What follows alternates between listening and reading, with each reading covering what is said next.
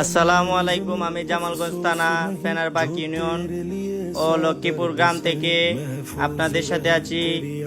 LH04 থেকে আপনারা দেখতে পাচ্ছেন এই মুহূর্তে লক্ষ্মীপুরে পানির অবস্থা প্রায় বিপদ সীমার উপর দিয়ে প্রবাহিত হচ্ছে। সব বাড়িতে প্রায় পানি চুইচুই অবস্থায় চলে আসছে। আপনারা জানেন সুনামগঞ্জে আশেপাশে যত গ্রাম অঞ্চল আছে সব জায়গায় কম বেশি বন্যায় কবলিত পড়ে গেছে।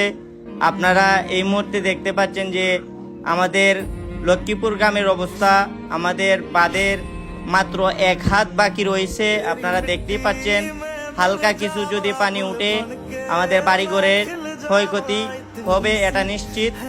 আমরা খুব ভয়ে আছি কি হবে না হবে।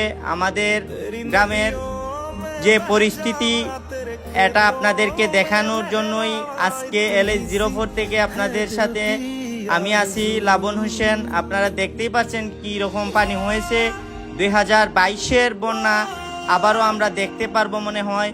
আপনারা জানেন সুনামগঞ্জ ও সিলেটে কি পরিমাণ বন্যার পানিতে মানুষ ভুগছে, বন্যার কবলে পড়ে গেছে। আবারও বন্যার উপলব্ধি আমরা করতে পারছি। বন্যা হবে এটা নিশ্চিত। যে বা যারা যেখানে আছেন গ্রামবাসী সবাইকে বলতেছি আপনারা সময় থাকতে প্রস্তুতি নেন বন্যার।